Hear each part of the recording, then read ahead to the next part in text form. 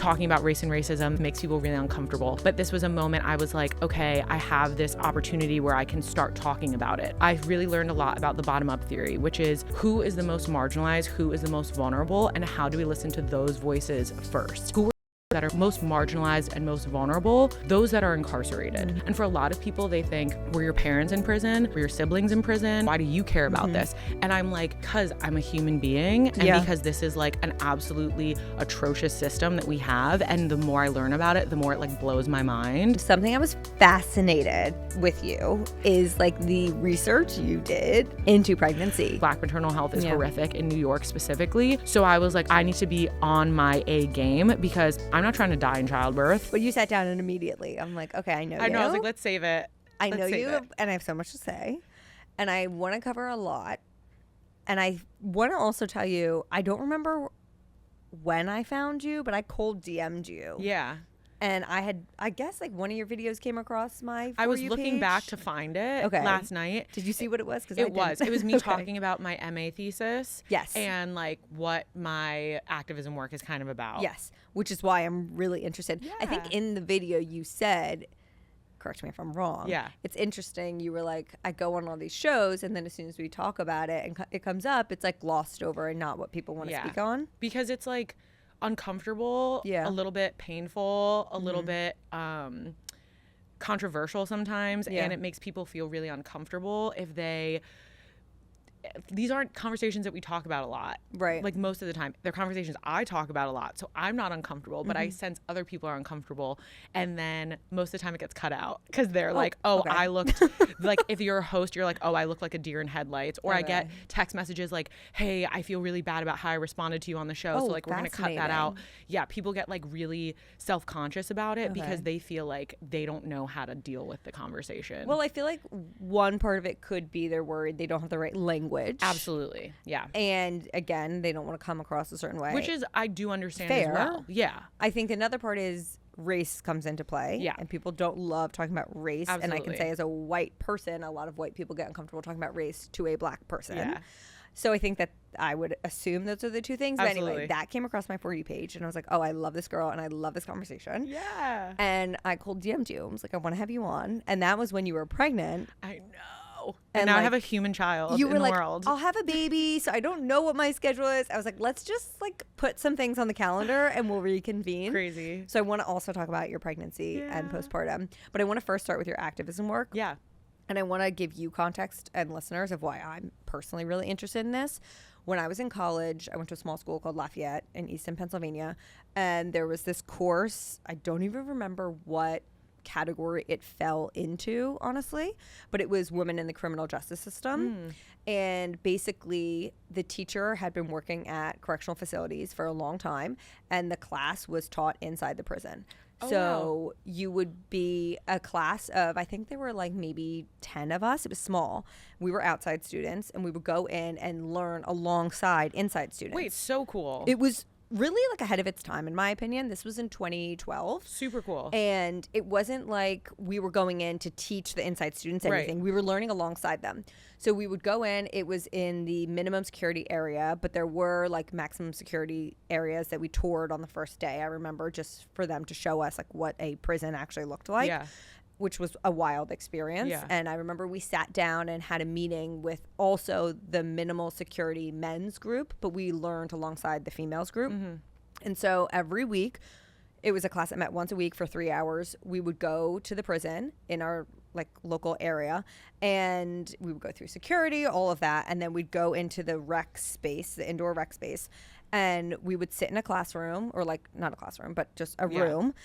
And we would all read or watch a movie about the criminal justice system, and then we would unpack it together. So interesting. So it was fascinating for me. Like, I reference this class all the time, and I think about it very often. And that wasn't like your area of study. It was no, just I was like an economics major. Yeah, okay. Cool. I just was really interested in it. My sister is like the most charitable, like involved, incredible woman. My younger sister's also great, but Maddie is just like really fucking awesome with this kind of stuff. Yeah. And she had been, I think at this point, maybe it wasn't overlapping, so I don't know where my initial interest sparked, but she served on the Young Leadership Board for GOSO, getting out, staying out. And we've actually had the CEO on the show like a long time ago. But maybe that's where I got the interest for. I don't know. Yeah. But it was the most transformative class I've ever been in my life. So cool. And I think the biggest takeaway for me and what I was always telling people and my parents and people when we would have this conversation is we'd be sitting alongside these women. And I remember on the final day, we were all hysterically crying, holding each other, hugging, because there was a rule that you could not have any communication. Yeah. They weren't allowed to know our full names. We weren't allowed to know their names. It's the same when I'm inside, We weren't allowed to know why they were in there. Yeah. We weren't allowed to give any form of communication. And we were really sad to not see them again. And also, when we would have these conversations, I realized, like, you have the same emotions I do. Yeah. You just either were dealt a really shitty card, you made a mistake. Like, it's all about our circumstances. And it was so eye-opening and, like, cut down so much of the outside world to realize that we all have the same human emotions. Like, we were about to graduate college and we were really overwhelmed and scared about the idea of the unknown. And then someone else had just entered the prison system and is terrified of the unknown, or someone was getting released the next week and was terrified of what's to come. It was just fascinating to me. So that's why I'm very interested in this topic. Long story short. Cool. Yeah. So, and I've never heard, I mean, at least at Columbia, we didn't have any course that was like anywhere similar to that. And we actually like specifically don't talk about the criminal justice system when we go in. We very much only talk about like whatever the course material is. I'm also teaching, not necessarily learning alongside them. So it's like a different dynamic, but we really stay away from, like, similar to what you said, anything about like why they're inside, their full names, all that stuff. But yeah, that's so interesting. Love that class. I love that for literally, you. It was like very ahead of its time. I'm actually curious if they still offer it, because I know it had been offered a while before I was there. So I would love to learn more about like what interested you in the criminal justice system. Yeah. So I think for me, it really started like on a path of taking it a lot more seriously and it becoming like my area of like research was really like 2020, Black Lives Matter was really like at its peak. I started becoming super outspoken on social media. I started an anti-racism wellness company because I've been Kira.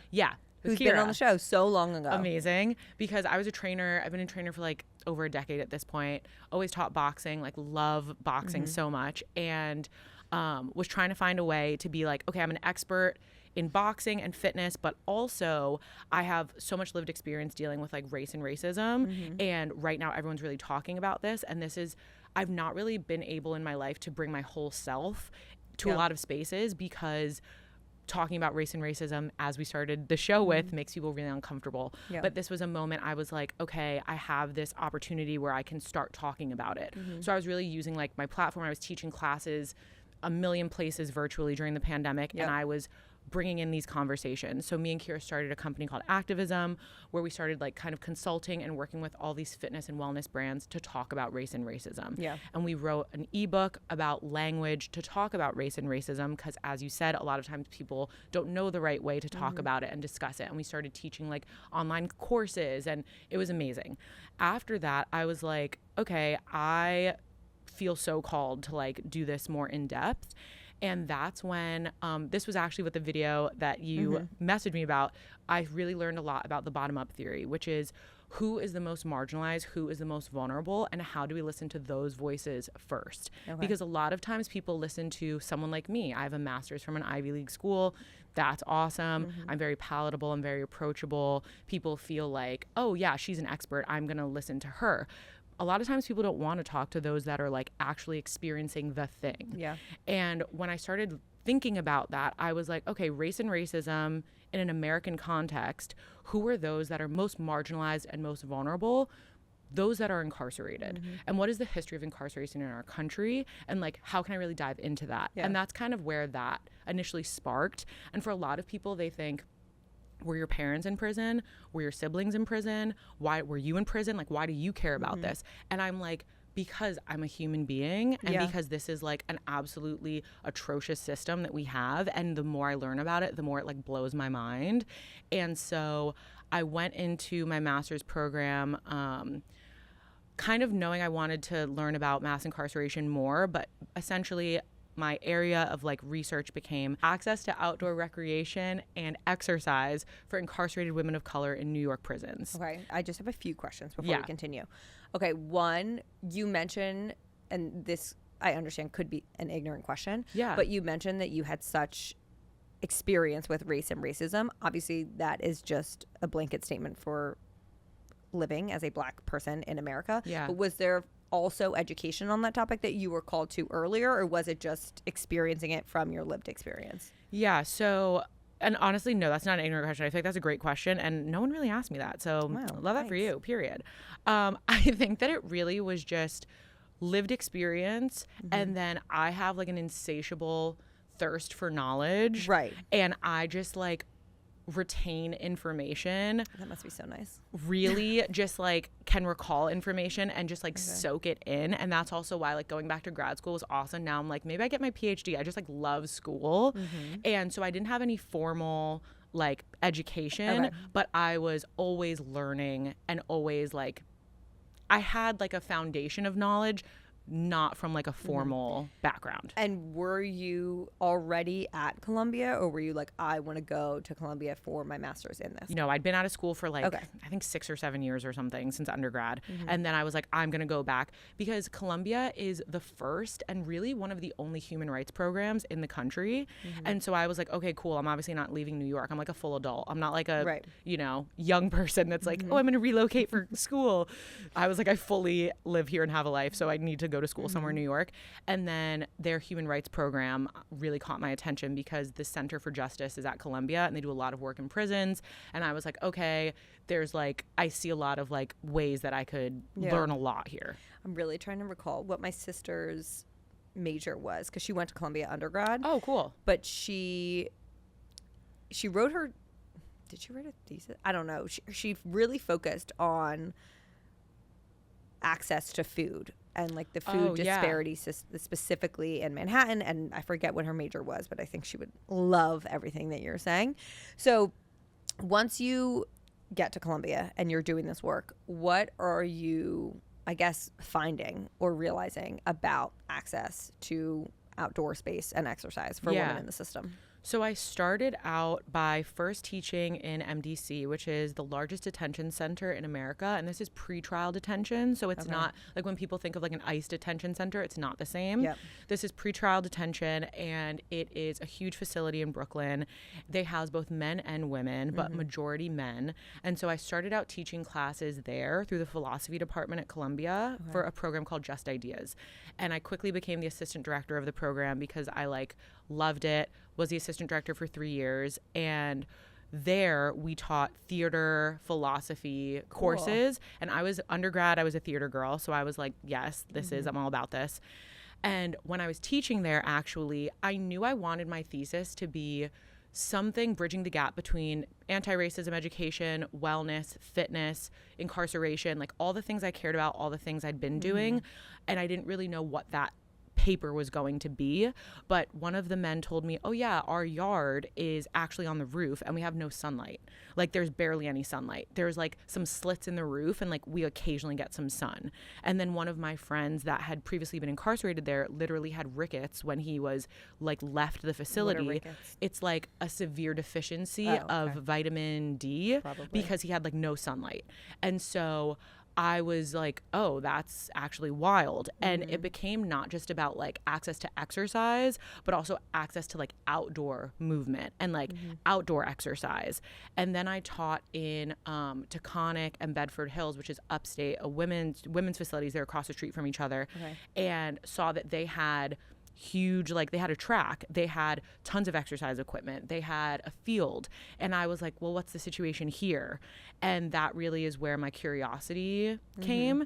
And I couldn't really talk to the people that I was teaching because I can't use like what someone's conversationally telling me in my thesis. I have to get like their approval. They need to sign documents. They need to like meet all of this criteria for it to be like ethical. You can't just be like, hey, what's up? I'm in this prison anyway. What's it like here, guys? You like can't do that.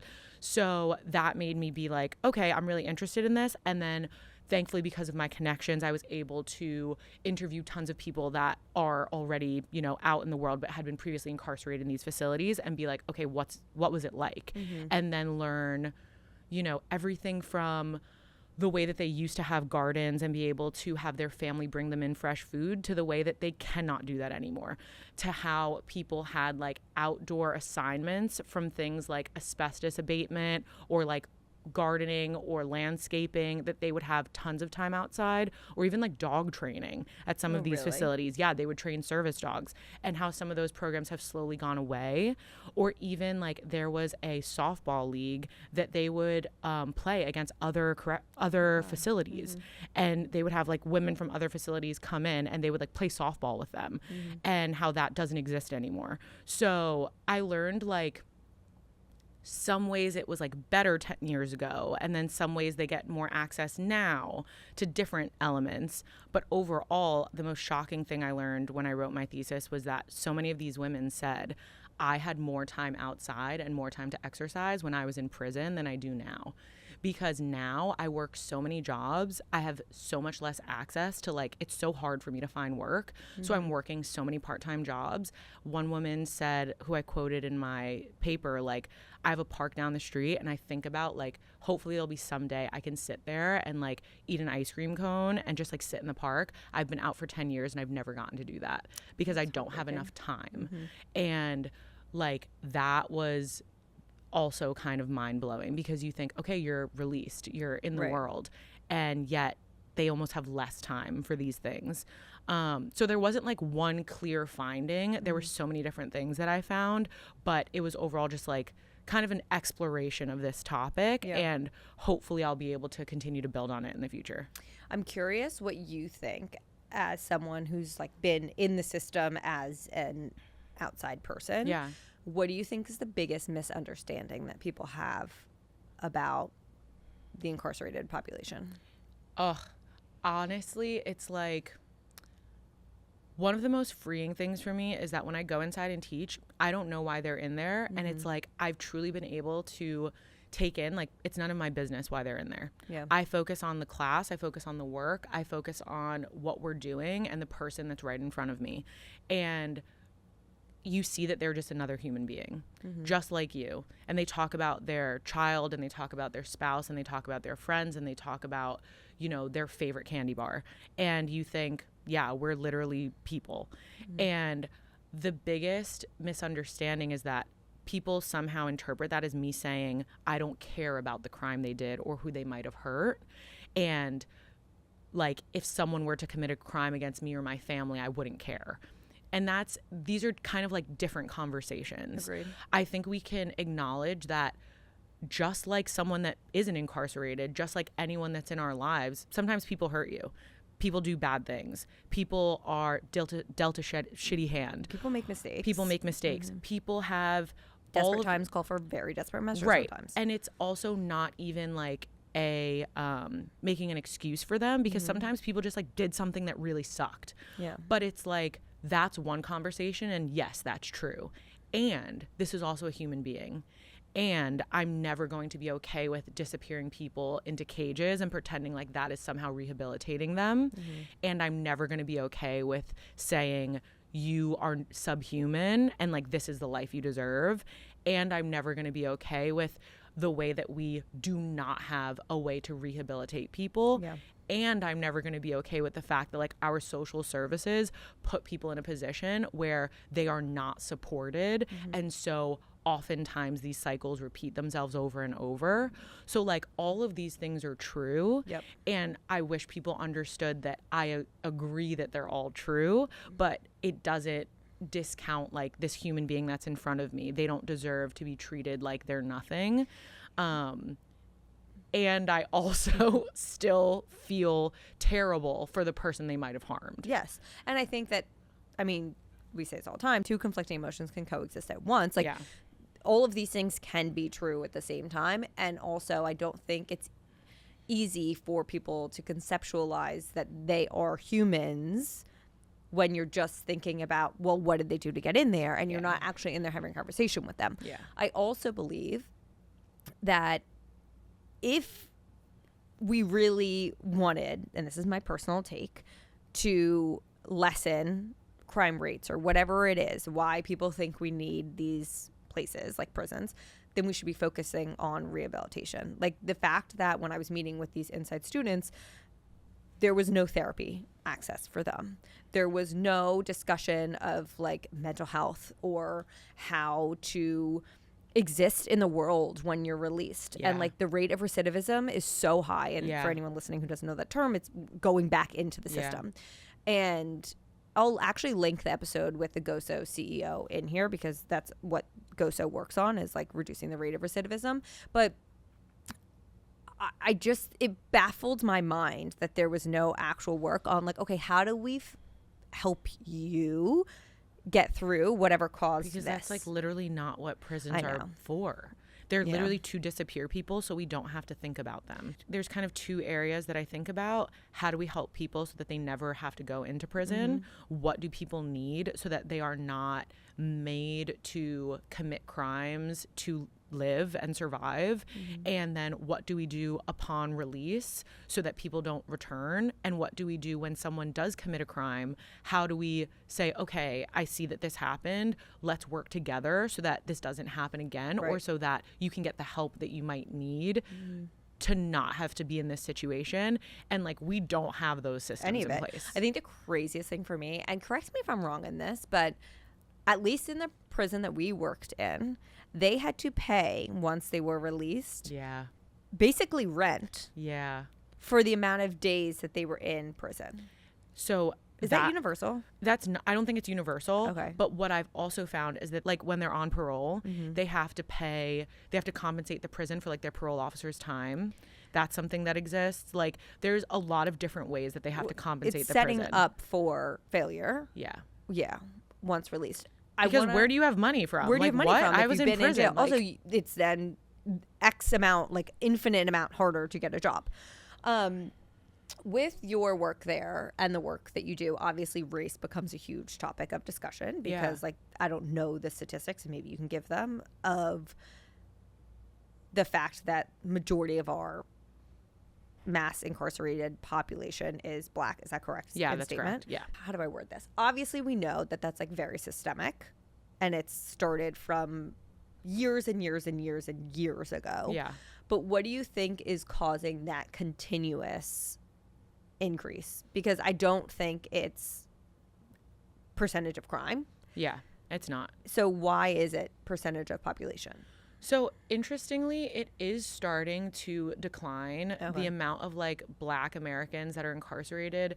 Black Americans make up about 14% of the population, but they make up an overwhelming percent of the prison population. It's starting to decline, and we're starting to see those numbers reflect a little bit more what the population actually is. Not significantly, but for the first time, it's not increasing. That being said, a lot of times we trace it back historically to the 13th Amendment, because the 13th Amendment does allow incarceration, imprisonment, and then a form of slavery for those that are incarcerated. So we can take it back to like chain gangs in the South. So slavery is no longer allowed. However, if you're a Black person that commits a crime, you can then be put back on essentially the same exact plantations, which have been now turned into prisons, and still be made to do the same exact work you were doing when you were a slave. So a lot of times we trace it back to that. We also really just have to think about like the microaggressions and the, racism within our society, the implicit bias that a lot of times is just reinforced. Like I think about all the time and recall when I first moved to the city, I was a student at NYU and I'd always worn extensions my entire life. I'd always worn a weave. And for me, that was a lot of like assimilating into the white community that I grew up in. And I moved to New York. I was like, I'm going to wear my natural hair for the first time. So I had my hair in like a little fro, wearing it, walking around the city. And I literally think it was like the actual first day of my life since I was like 12 years old, and I was like 18, and I was like, yeah, I'm gonna start wearing my hair like this. And I went into a store and I literally was followed, and this woman was like, are you gonna buy those sunglasses that I was holding in my hand? And I felt so stressed out and so targeted, and I literally have never worn my natural hair from that day. I'm 32 years old. I've never worn my natural hair in public. again, because I knew why she was following me. And maybe if I would have had different hair, she would have still followed me, because it doesn't change the color of my skin. But like this implicit bias that is honestly, like, it's not only white people in America or Asian people or like non-black people that might feel this way.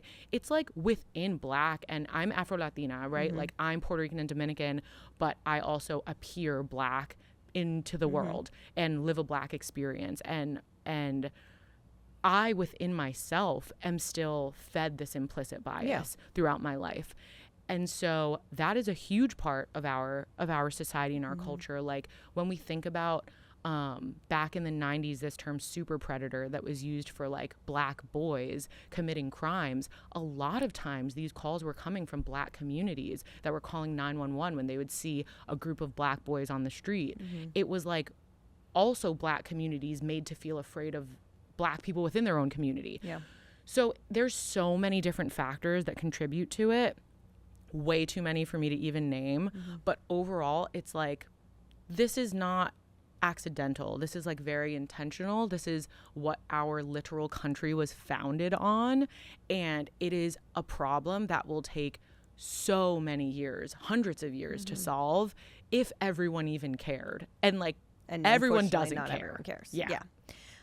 Obviously, I cannot speak for your experience, and it might not be my place to say, but I hope one day you wear your natural hair. I'm trying. Because that really makes my heart. I mean, it's not fair. And easy for me to say. I mean, I knew, like, I think my son is going to have the same kind of hair that I have. I think he's going to have curly hair. And this is something I reflected on so much when I was pregnant. Like, if my child has hair like mine, I don't want them to grow up thinking that there's something wrong with them. That's what was going through my mind. And I don't want him to grow up thinking like my mom doesn't feel like she's beautiful with her natural hair. And like, I also can't live in a world and look like this. And I hope that I can like find a way to embrace that part of myself for him. But yeah, like, it is not easy. People think that when you say, I think about race every single day, they're like, that's not possible. You do. But it is. It somehow is. And like, it goes back to why I felt so called to do this work. It's not because I've been, like I said, like the prison system has necessarily touched my life, but it's because the way in which it's inextricably tied to race and the way that race is in everything constantly touches my life. Yeah. Thank you for sharing that. You mentioned your son, and I'm curious, as now a mom of a Black son, do you feel even more called to continue this work? So it's so interesting. My husband's Chinese, Korean, and Puerto Rican, and I'm Puerto Rican and Dominican. I just identified your son. I don't know if you even identify him as a Black person. I don't know. So he, right now, we like, I mean, as you know, babies literally change every single day how they look. So I'm like, I don't even know what you look like, my dude. Also, the pigmentation of the skin really changes. Yeah, so true. So my son, more than anything, is a Puerto Rican baby because me and my husband are both, I'm half Puerto Rican. He's a quarter Puerto Rican. Right now, like some days we're like, he looks like super Asian, or people will come up to him and be like, oh yeah, your baby's Asian. Like when he's with my husband, like a woman came up to my son and was like, oh, are you guys Chinese? And he was like, yeah, somewhat. Why are people? He's like, somewhat, yeah. And then like when he's with me, people are like, you guys look just alike. And so it's like, I don't really know, but it's something that I have thought about so much. It was like, I think about all of the young Black boys, especially, that have been like targeted by police, that we think about, like Trayvon Martin. And then my son, I really, you know, I don't know exactly what he's going to look like as he gets older, but I know he's not white. And I know that no matter what, I'm going to have to talk to him about race. But then I also think my husband, who presents Asian, like he's Puerto Rican, but he looks Asian and identifies as Asian more than anything. And he's like, oh, I've never had issues with police my entire life. So it's like, you don't really know what you're going. I don't really know how it's going to be, but it's definitely a conversation that we talk about a lot at home as we prepare. Like as he gets older, it's going to be something we're definitely thinking about. Yeah. Speaking of your son, he is 4-ish months old, and something I was fascinated with you is like the research you did into pregnancy. Too much. Like, you say you're a research girl, you want to learn more. Like, I was blown away, both from consuming your content, and I listened to a few episodes of you as a guest. Like, as someone who had 2 surprise pregnancies, could not be on different playing fields more. So I want to start by, when did you start all of this research? And I guess what drove you? Was it just you love learning? Yeah. I do love learning. Okay. I also have anxiety. Same. So I said, how can we make this less? We love control. I said, let's try, which that's crazy because there's so much control. No, there's so many things you can't control.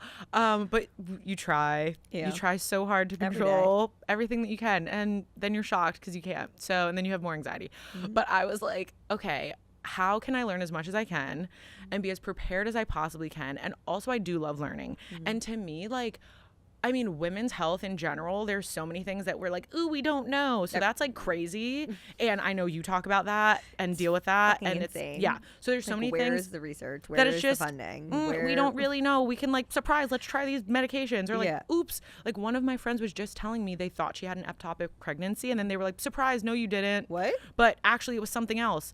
What, girl? Like, no, the way that like women's health is just, everyone seems to be confused and it seems like a mystery all the time. So there's like that. And I was like determined to not have all of the information be like held by a doctor that you only have like maybe a half hour long in a doctor's appointment. Fast. And like they are working all the time and they're like back to back to back with patients, even if you go to an amazing doctor. And I was like, I don't want to rely on a doctor to like be responsible for all of this information. I really want to try and like know as much as I can, compounded by I read a New York Times article that happened to come out like before I started even trying, but it was talking about Black maternal health and New York being the worst for Black maternal health, which I was so shook and horrified by. And it was like even taking in socioeconomic status, even taking in education, like all these things that you think quote unquote protect you and give you like some more privilege in this society. It was like, nope, still controlling for those things. Black maternal health is horrific in New York specifically.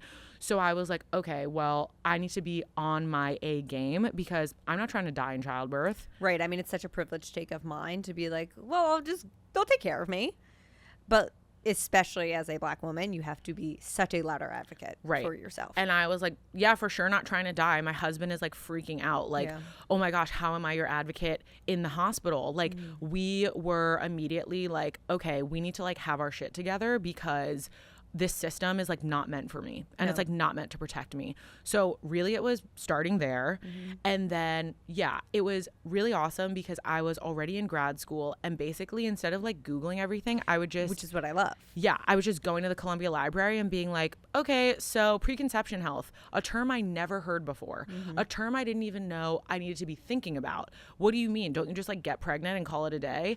Like, don't you just start trying? What like, they told us when we were 15 and they were trying to get us to and also I thought you could just I thought you could just become pregnant every day. Nope. It's like, no, it's so insane. What we learned as kids. I actually don't remember ever having sex ed, quite honestly. I don't think I had it. But there was this like, you will get pregnant anytime if a penis touches your vagina. Pregnant.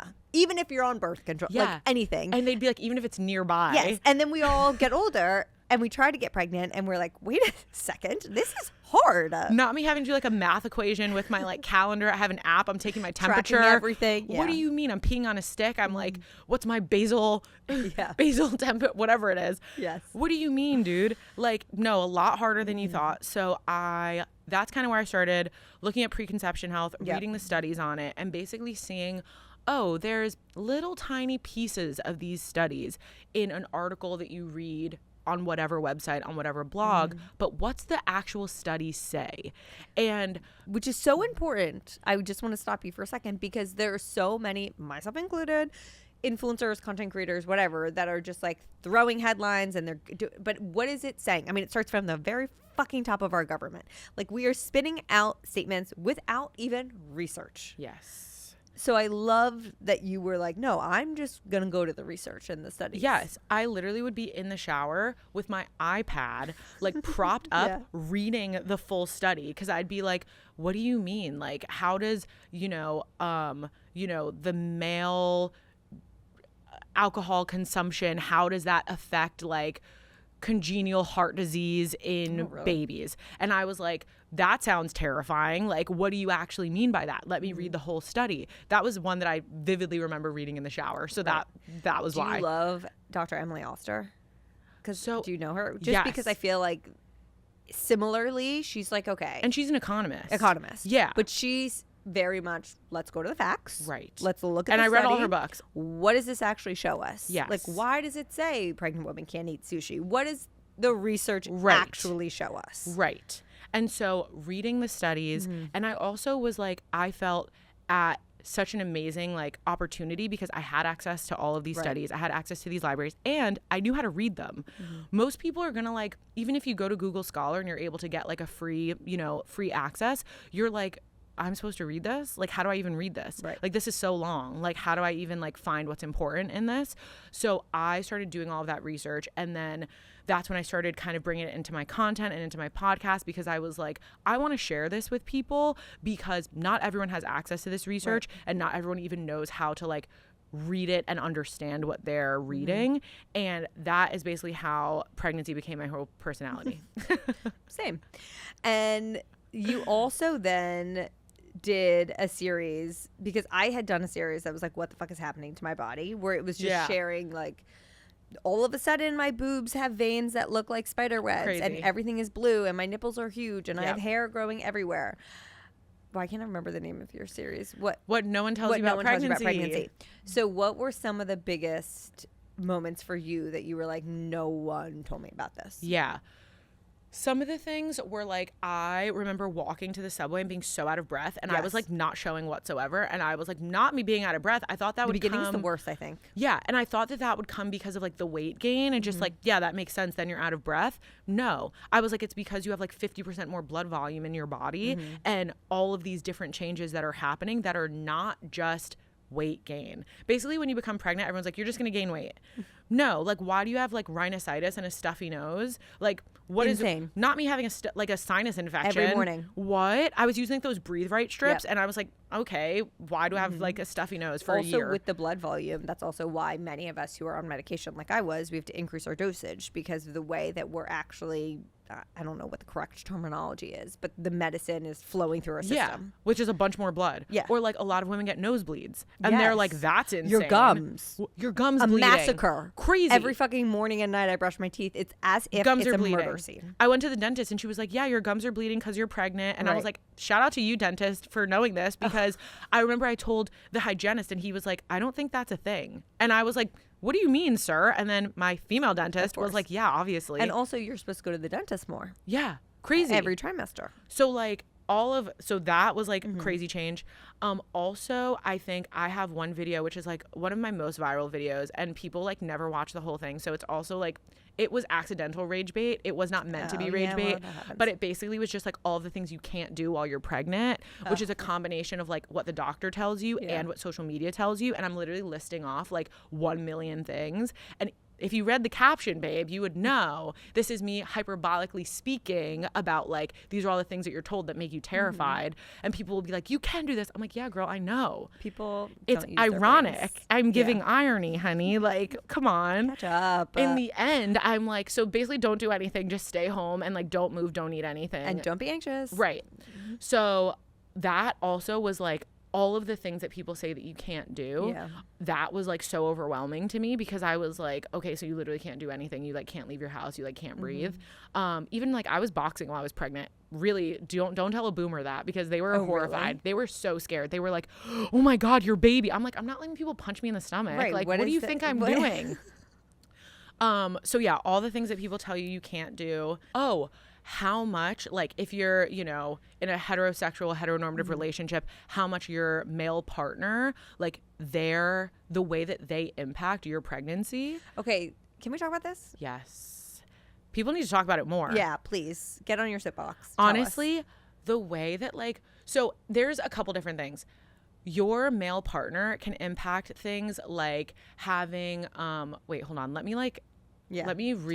tap into this information. So miscarriage can often be attributed to the male partner in ways that are not discussed. Okay. And that, I think, is so huge because the stigma and the shame that women feel when miscarriage is over 50% potentially of pregnancies, because not all of them go reported. Right. And a lot of them are kind of missed. So it could be over 50% of incidents like result in miscarriage, of pregnancies result in miscarriage.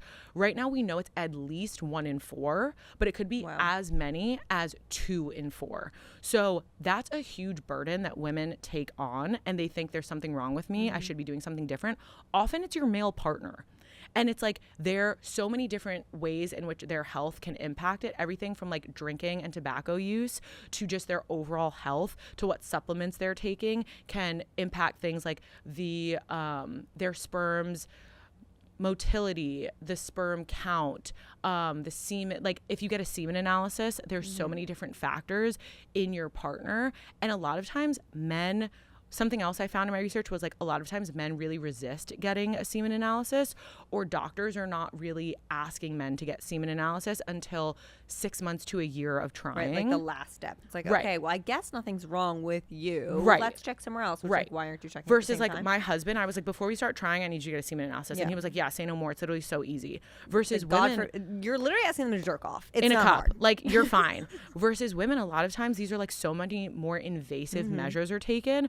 So getting a semen analysis, so easy, and something that a lot of men are not doing or being asked to do. But it can affect everything from even just like being able to stay pregnant all the way to the temperament of your child. I heard morning sickness. So morning sickness, funnily enough, this is actually one of my favorite studies, actually shows a reduced risk of miscarriage up to 75% if you have morning sickness. So you actually want morning sickness, but like, that being said, if you don't have morning sickness, I was just gonna say, I could see someone listening. Yeah, if you don't have morning sickness, that says nothing. Okay.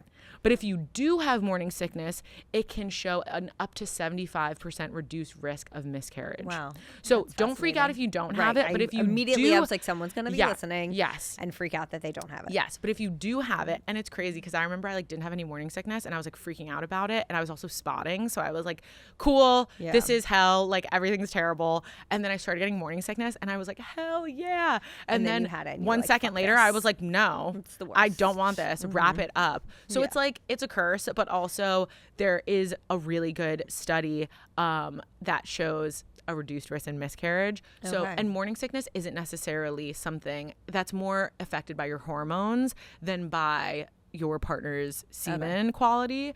But yeah. So I can't blame Joe. I know. But so many different things. Preeclampsia can also be impacted with the semen quality of your partner. Really? Yeah.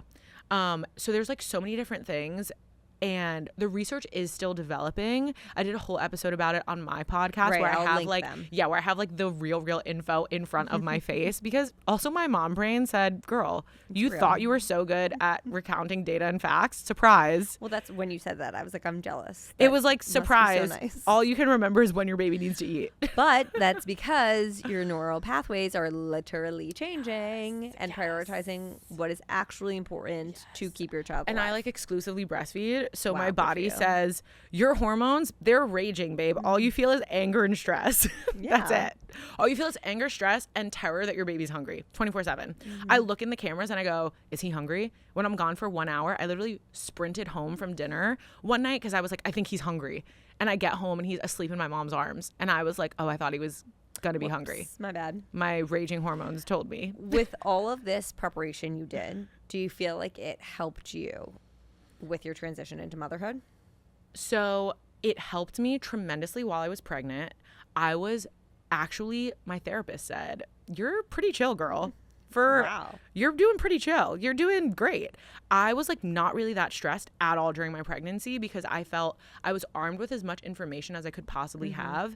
Therefore, if anything went wrong, I did my best. Yeah. And that has always been like a very reassuring statement to me throughout a life of anxiety, is as long as you did your best, then you have to leave it there. And I'm able to soothe myself a lot with like that mantra, you did your best.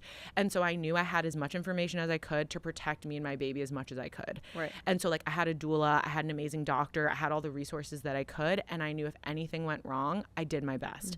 That being said, once I actually had this little baby in my arms, like there is so much that you again can't control, especially hormonally. You have the largest hormone drop of your entire life after you give birth, more than menopause, more than puberty, more than any other moment in your life. And so that is something that you literally cannot prepare yourself. I told myself it would happen. I had the information. I had the statistics on postpartum depression, postpartum rage, postpartum OCD, postpartum anxiety, postpartum psychosis. I knew these things could happen and did happen. And yet I could have not ever prepared myself for how I would actually feel. Right. And so I would say like, I knew what cluster feeding was. I knew how baby sleep worked. I knew like so many of these things, and yet living them was so different. I think while I was pregnant, I was still able to feel like I was myself and like had ownership of my body in some ways. Yep. Once I had this baby, I was like, this is the most insane thing that's ever happened to me, and I feel out of my mind. So having the information helped because I like factually knew what to do. Okay, every 3 hours I have to feed this baby. Okay, this is why my baby is or isn't able to breastfeed successfully. But mentally, I was like still an absolute wreck. Well, there's such a difference between knowing something on paper and knowing something in a lived experience. Yeah. I mean, not to compare it to the race example that we were talking about, but Yeah. I can see on So paper true. statistics about racial biases or racism, but I will never understand it like you do. No, that's so true. From Yeah. the lived experience. And it's the same way when we talk about motherhood, but more specifically postpartum. Wild. You can read all these things, you can know these facts, and you can be like, okay, yeah. And then you can live it Yeah. and wonder what the actual fuck is happening. Yeah. I have some fast questions Yeah. to close out. Hardest part of your pregnancy? Hardest part of my pregnancy. Wow, that feels like 5 million thousand years ago. Yep. Isn't it funny how quickly you forget? Crazy. Hardest part of my pregnancy, I thought at the time, was my changing body. I was so freaked out by my belly button specifically because I went from a deep innie, never saw the bottom of my belly button before, to it being inside out, upside down, literally in another dimension, like pointing outwards. And I was like, cool, that's crazy. Like my body is going to be absolutely ruined it look like forever. now? It did go back in, but the way that I could care less, I could care less about what my stomach looks like. I'm so proud of my body. I literally made my son's eyelashes. Are you joking me? Like I made his like every single hair on his head, every pore on his skin, His fingernails?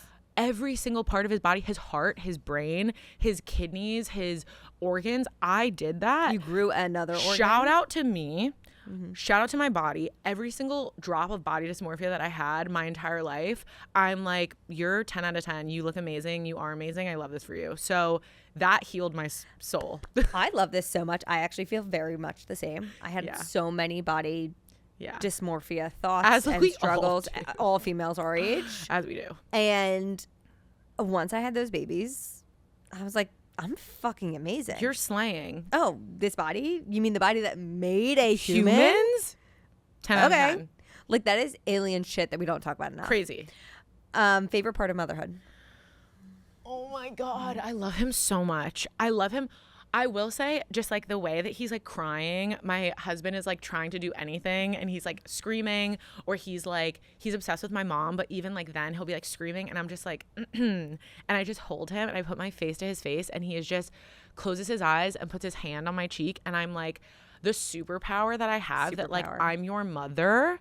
And it does make me understand. I'm determined to not be like an insane crazy boy mom that's like obsessed with their child. And thankfully me and my husband are like in love and like best friends. So I'm like, I have you and don't need to be like in love with my son like a weirdo.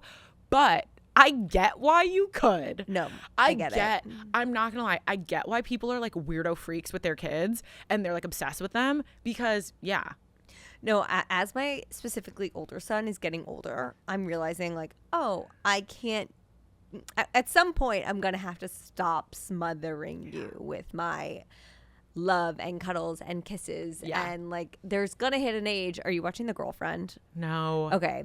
So it's this new show on Amazon Prime, I think. And it's a mom, her son, and his girlfriend. And I actually think it's so incredibly well done because it splits every episode into her point of view as the mom and the girlfriend's point of view. And it goes back through same scenes and you see them differently. And the whole concept is really that there are 3 sides to every story: yours, theirs, and the truth. And she's such an overbearing, protective, like creepy mom relationship. And there's this one scene where like the guy's like floating in her arms, the mom's in a pool, and he's like old, like 20 something, 27. And I looked at Joe and I was like, oh my God, like she's crazy. And I kind of fucking get it. And I'm not going to like at some point I'm going to have to stop. And it hurts. I'm like, I fully get it. I fully get it, but I will not be like that. But I will not be a freaky weirdo mom. Right. However, I could, but I won't. I also think a lot of, like, I have friends who feel that way about their mother-in-laws, so they are even more anti. My mother-in-law doesn't have a lick of that in her body. No, my mother-in-law is so chill. So she's like, bye. I don't have that lived experience of being like, I cannot be like that. Right. But I just know I can't. Yeah. And when it comes to the superhuman power of soothing, there's nothing like that sigh that they release when they're crying, like that deep breath sigh when they realize they're with you. You know what I mean? When in the middle of the night when he's crying and I come and I put my hands on his chest and I go to pick him up and I think, you are literally looking in the face of your mother and like the comfort that you feel. And the other day I was holding him and he was crying and I was like, it's okay, mommy's here. And my mom was there. My mom put her arms around me and I literally started tearing up because she was also saying to me like, it's okay, mom's here. Yeah. And I told her about that later. We both started hysterically crying and I'm like, you're my mom. What? It really shifted the way I see my mom. And my mom is obsessed with me. Like, she's like, I watch your YouTube channel for fun, girl. It's just on in the background. That's and I'm like, no, I get it now. I thought like you're obsessed with me and like that's crazy, but like cool. But I get it. I showed my mom so much more love after having kids. Me like too. Even physical affection. I would just walk up to her and give her a hug because I'm like, oh, imagine if my son was older and didn't hug me. Crazy. Favorite form of movement right now? Honestly, I am like keeping it. I'm really trying to show myself so much compassion in this area because it's like when I am with Jade, I can get in, like I did a 10-minute Sculpt Society today. Yes. I've really been shouting out to Sculpt Society all the time. And I did the postpartum. I did one with you. Yeah, I was going to say, we did a pregnancy series. did one with you. I so did one with you. I did all my Sculpt Society when I was pregnant, my postpartum, and my physical therapist was like, your diastasis recti healed so fast. Amazing. And I was like, shout out to Sculpt Society. Shout out Megan. Because I was really doing that. We have a code. That. I'll put it in the show notes. And I am always like, I fully pay for this. This is not sponsored. I tell people on my Instagram all the time, guys, I pay for this. This is not sponsored. The best. I have no relationship with them except for that I DM them all the time that I love them. But that's literally it. And DM Megan, like, love you, girl. Thank you for healing my body. But so I do a little 10-minute. Because if I could do it when Jade first wakes up and he's so happy, I just put him on my mat and he's like thinks I'm playing with him. Do that. But like I thought now that I have my mom coming to help with the baby, I'm going to do like an hour-long workout. And I'm like, I just don't have it in me. I don't have it in me right now. I just also coming from further down the road, like I try one class a week just because I love my reformer and I don't have that at home. And if I can get one 50-minute class in a week, that is a huge win. But every day or 4 times a week like I used to, not. Crazy. I just don't have interest. Like that's so much time. Well, before I was pregnant also, I was training for a fight. So I was boxing 3 days a week in my gym, sparring twice a week, literally getting punched in the actual face. Had a bruised rib when I was pregnant. Like, because it was before. I was like, I had a bruised rib and it was healing. I wasn't pregnant when I got the bruised rib. People are gonna hate that. No. It was bruised. And then like a few weeks later, I got pregnant. Yeah. My coach was super on top of it. He was like, girly, the moment that you think you're pregnant, we cannot spar. So he was keeping me safe. Kind of crazy that you're sparring. But I was boxing so hard and I haven't boxed really since I've had him because I'm like, girl, the way that feels so hard right now. So hard. I'm in my healing era. So hard. Thing that surprised you most about motherhood?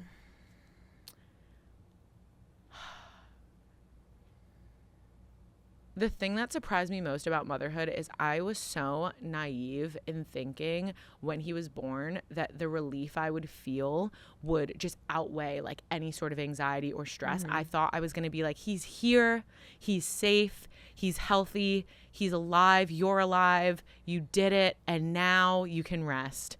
Girl, what? That was crazy. Now he's outside of you. Now so he's less outside control. of you. So like, no, everything I thought like, oh, I don't have acid reflux anymore. Finally, I can enjoy it. No, you don't even notice. Yeah. You don't even notice because your brain is melted and your brain is exploding at like the fact that you have to keep this baby alive, and like that's crazy. So yeah, I thought I would feel just like so much relief, and you do not feel relief. If only. Okay, last one. Would you rather take 10 boxing classes in a row or do one round of contractions? I'm not gonna lie, neither one of those sound bad. Okay. Like, and you were unmedicated. Yeah, So because I did like, honestly, like, I mean, 10 rounds of boxing actually sounds awful to Yeah. me. 10 classes. 10 classes in a row, yeah, I would actually probably like perish. But also, I mean, there was a time where I would teach, take back to back to back when I first started teaching classes because I was like so obsessed with boxing.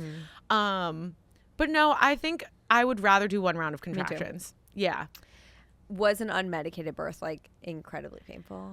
It truly was 10 out of 10 pain. Like when Yeah. I was doing it, I had this thought at one point that I tell everyone about that I like always think is so funny, where I was like, I should be a spy or like work for the CIA or something because I could endure torture and would not crack, because this has to be the worst pain a human could feel.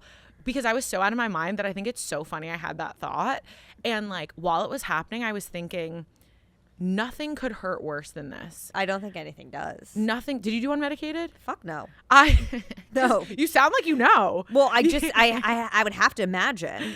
I was was contracting for 3 weeks with my second. Like I had prodromal labor, which yeah. I didn't know Yeah. existed. Yeah. TikTok warned me. And even about it. that was enough. Yeah. That was enough for me. No, it was. There's a part of me that's like, I wonder if I could do it. And then there's the other part of me that was like, I love epidurals. Yeah. And We're I good. love that for And everyone. I had the greatest deliveries. Amazing. So I'm like, and I'm people good. will be like, you know, always, you know, people would comment like, you don't get a trophy for yeah. doing it. Honestly, I never thought I would do anything but unmedicated. My mom was unmedicated. My grandma's 7 births on one side, 5 on the other. Jesus. Also, the race conversation we had. Yeah. Like that I would think plays into a decision. Yeah, I was like, I want as much control as I can. I had my doula, I had my doctor. They were both so supportive of it. And I was like, the cascade of interventions really scared me. I was like, I'm so much more likely to be like induced and then get an epidural and then get a C-section. And like Black women are significantly higher rates of getting C-sections. And I was like, you know, I never thought of doing anything but an unmedicated labor since I was like a teenager, because that's what all of my family had told me about. And it was 10 out of 10 pain, but also knowing I only wanted one child, I was like, I'm doing one child. I'm only having one. I'm only doing this once. So let's freaking do it up. Let's do it. There's like this very small part of me that's like, if I go for a third, do I do it? And then I remember when I was But if you had a great time with your epidural, no, I had such a good time. Live your life, girl. And I remember giving birth to my second, and thank God it was my second and not my first, because I would have been terrified. There was a woman in the room next to me that got there too late to get her epidural, and we heard and if you're her not delivering. prepared, that's crazy. We heard her delivering, and Joe looked at me and was like, "Do you think she's okay? Like, should we call someone?" And I was like, "She's not okay, but she's having a baby." Yeah, like that is the screams that you would be hearing from me if this thing wasn't in my bag. But I was like prepared, right? So like it you was did the like work, right. So even though it was like 10 out of 10 pain, I was like, yeah, lock in, girl. Like there was one point, and like if you're watching this, you will see. If you're hearing this, unfortunately you don't get the visual, but literally they told me like, reach down, you can feel his head. I did that. And I reached down and felt his head, and I literally went like this. I was like, lock in. Like my eyebrows went down. I was like, lock in, girl. And I pushed him out in one push, his whole entire body, fucking amazing. which I like wasn't really supposed to do because I tore, and like I literally just like, I felt this like just all of this like wave of just like power in my body. And I was like, it is fucking go time, lock in. And at my contraction, I was just like, push his whole entire body out. Damn. And that the doctor wasn't even ready. He just flopped out on the bed. The doctor missed it. He was across the room putting his gloves on. He was like, wait, we don't need you, wait. actually. Can I take that off my bill? Literally. But like, I just felt this wave of like power. Yeah. And that was sick. And now I'm like, I can do anything. Well, you can. Marathon, Ironman, let's go. You could do anything. I'm like, I'm going to do a marathon because I can. Are you? I am. Not for like 2027 because I want to like do the 9+1, train, get my body, not break my freaking body from, I'm still postpartum. But like, no, an hour after giving birth, I turned to my husband because he does marathons. And I was like, I'm going to do a marathon. Right. I could do anything, girl. You can. What? No, feeling the crowning was one of the cooler experiences. Crazy. And I was like, oh, what? This is real? This thing is coming out. Like, crazy. Insane. Okay, well, this was so great. Thank you so much for coming on. Thank you for having me. For people who want more of you, where can they best support you? They could find me everywhere at Taylor Rae Roman. And my podcast is called On the Outside. I have a whole season that I did while I was pregnant. You want to know all my pregnancy facts. Yes. They were right in front of my face. So they're like good facts instead of my mom brain melted facts. And yeah, Taylor Rae Roman everywhere. Okay, everything will be in the show notes. Thank you. Thank you.